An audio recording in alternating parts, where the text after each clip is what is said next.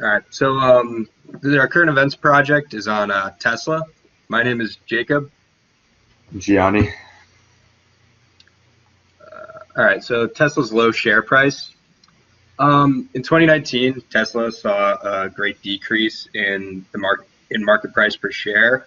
This was largely due to a few factors, and it was Elon Musk had some image issues. Musk would often make very ambitious claims that would consistently not come to fruition. And they had a bit of a trip through hell. So Musk had a very ambitious plan for production. He promised the full automation of his factories, meaning only robots would be used to produce his cars. The plan of automation was much more difficult than anticipated. The complex network of robotics and conveyor belts proved to lack flexibility and creative problem solving necessary to assemble cars. In the end, Tesla would convert its facility back to a more conventional system. And they basically found that, they had these huge outlays of cost trying to automate the entire car making, process. And they found that robots were more suited to things like welding, things that needed accuracy and precision, and humans were better at actually assembling the parts in the end because they were able to creatively problem solve and had that flexibility to see, okay, this isn't working, then we can move here. So a trip through hell. The ambitious automation plans led to delays in Model 3 deliveries, missing targeted production. The $35,000 price tag of the Model 3 became unreachable. Other factors that would impact the profitability and marketability of the Model 3 was the phasing out of the $7,500 tax credit for electric vehicles. And in response to this, Tesla did try to cut the price of the Model 3 to counteract the reduction. In the end, they weren't effectively able to do this, and it still has a price tag of around $40,000, which isn't crazy, but at the same time, they did promise that $35,000 and missed that mark. And this ended up signaling to investors that Tesla had tapped the entirety of the potential market for mass-produced EVs, because that's really what the Model 3 was targeted at, was being able to, produce this everyman car that was at a decent price point of $35,000. That would compete with something like a Prius even. And over time, we have seen that in the initial, Tesla's initial target rates were way out of whack, which we can kind of see from this graph here. These are their initial target rates, and this is what they ended up producing. And the black dotted lines are their more conservative estimates of their production rates. And the fact that Musk would keep promising these huge exponential growth rates and production rates and consistently missing them really kind of made investors feel not safe with his decision making. So also in early 2019, Tesla started construction of a new factory in China.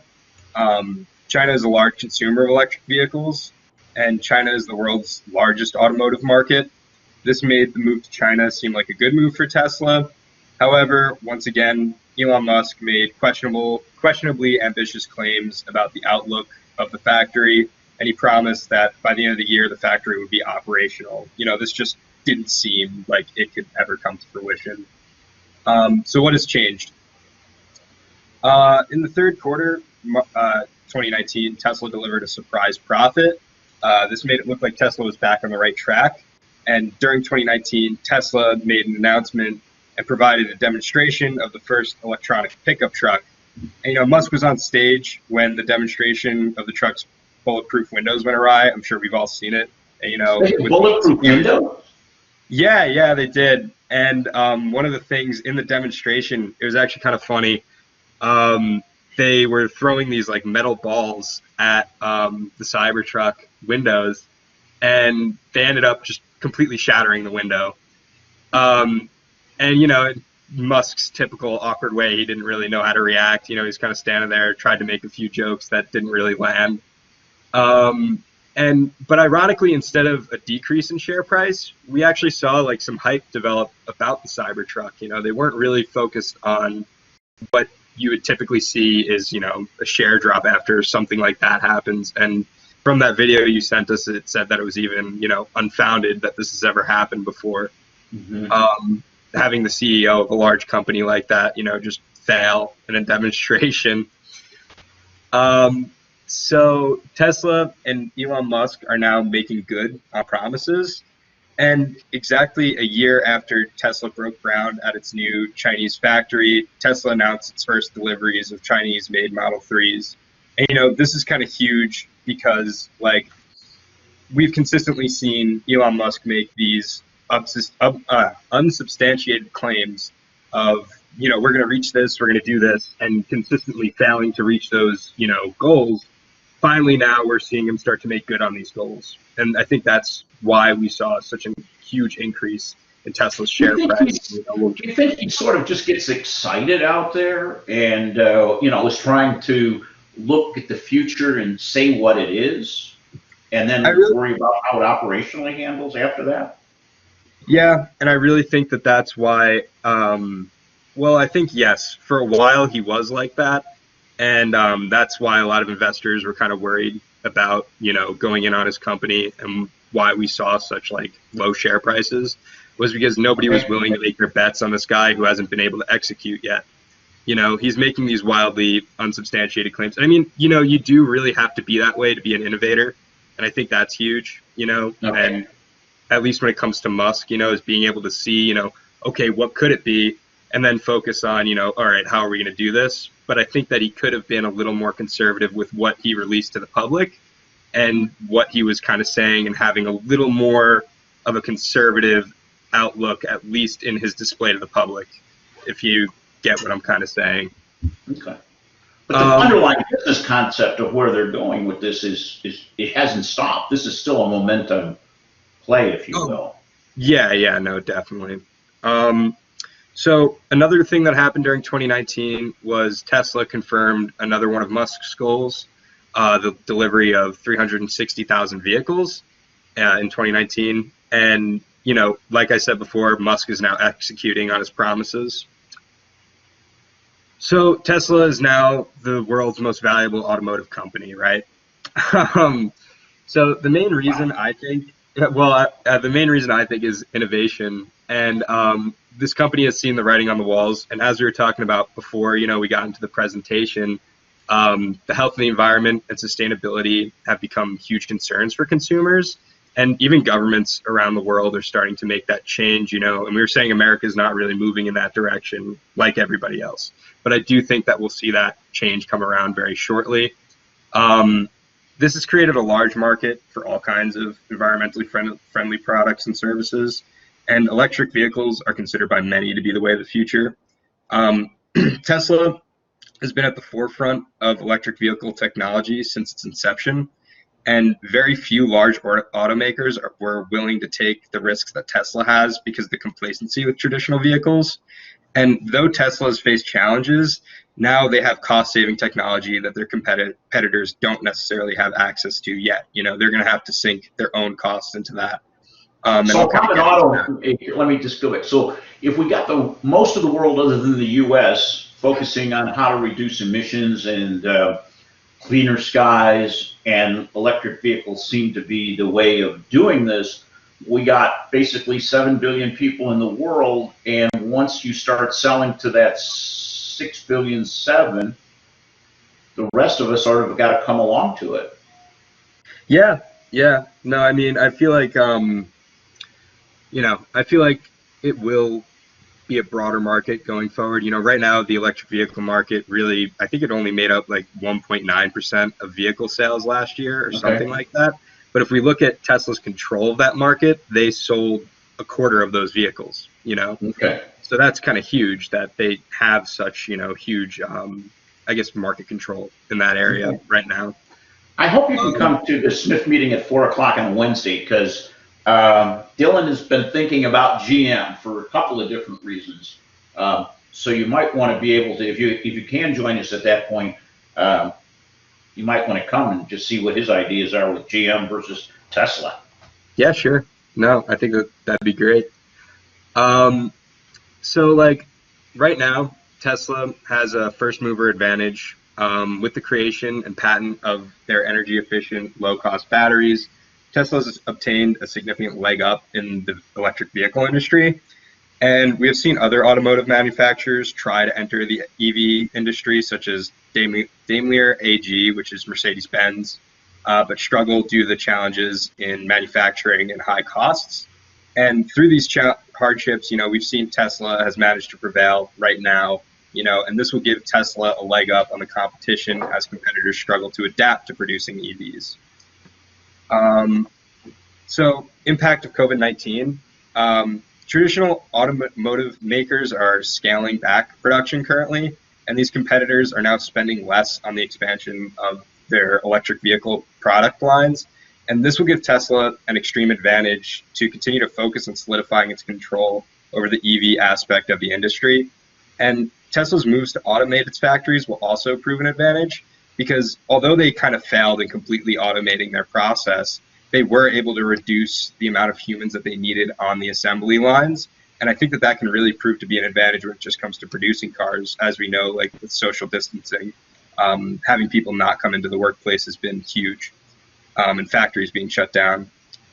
So Tesla also has a direct-to-consumer sales model. So this cuts out the middleman and lends itself nicely to social distancing. So they don't have that dealership aspect. You can completely buy one of these cars online and not have to worry about going into a dealership and having, excessive contact with other human beings. So I think that'll be huge as well. So Tesla, the sole winner in the move to EVs. In the current market, we believe that Tesla will be. So Tesla's cut out the middleman dealership sales model, as mentioned before, and consumers since 2019 can buy them entirely online. And low cost and efficient batteries right now, like Tesla's batteries outpace the competition completely. These batteries and the patents on them have allowed Tesla to maintain control of the EV industry. Now with the decrease in funding EV products by the competition, it is likely that Tesla will continue to out-innovate. They're going to have this lead time, essentially, where we're going to see these large manufacturers start to defund their programs, at least for electric vehicles. They're going to focus on being conservative. And I think that in the end, this is going to give Tesla an even greater leg up going into the future. So other auto companies may be looking to conserve cash at the moment. So one of the ways of doing that would be to reduce some of the spending on EVs. Yeah, essentially. And like at least just R&D expenses, things of that nature. They make up such a huge, or they can be so costly. So I think we're going to definitely see, at least from what I've been reading, we're going to see a decrease in that spending, and that's going to give Tesla a bit of an advantage because they've already had that R&D period of researching these vehicles, and now they're going to be able to kind of more effectively expand, especially with their direct-to-consumer model. And, this is a graph of the past year on the side over here, if you can see my mouse, comparing Tesla, top line blue, competitors, Ford, light blue, Toyota, pink, General Motors, purple. And Tesla has seen much more volatility than these companies. However, notice that even after the outbreak, of Corona, Tesla is on a much higher upswing than its competitors. And one thing that I do want to say about it is that I feel like Tesla right now could be overvalued, and we are seeing that like similar scenario to the 90s tech boom sort of area. And like, I think long term, Tesla's going to have significant growth, and I think that they're going to be, a good company to get into. I'm not positive, I wouldn't say make a decision right now necessarily. And it's also something that I'd like to look into more. I'd really have to get into their financials to make a decision like that. But I definitely think that over the long run, they are going to be, the winner in the move to EVs. And I think we're definitely going to see them as a new prominent auto manufacturer as opposed to this kind of niche group. Okay. I think that's about it. Great. Good job, Helen. What did you learn from doing this? Sorry, I had a lot to say. It's fine. It was good.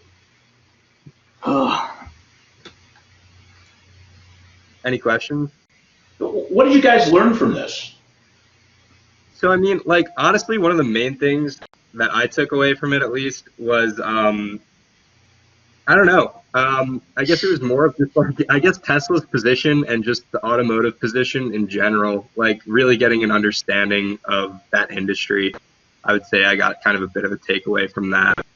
And definitely that, being an innovator can really pay off sometimes, like Elon Musk, he took some pretty big risks in the years approaching 2019. And, I mean, we can even just look at their quarterly income for the past few years and past few quarters, and it's been all but negative except for third quarter 2018, fourth quarter 2019, and then third quarter 2019, fourth quarter 2019. And I think that these risks, we're going to start to see them paying off quite a bit. Hopefully, we might see again a decline in their market price per share, just because there could be that overvaluation factor, that overhyped number. But this is a growth story, so we have to believe the story if we're going to be in Tesla and believe the future. Interesting. Why do you think so many people believe him when he makes claims? I mean, I think there's Gianni.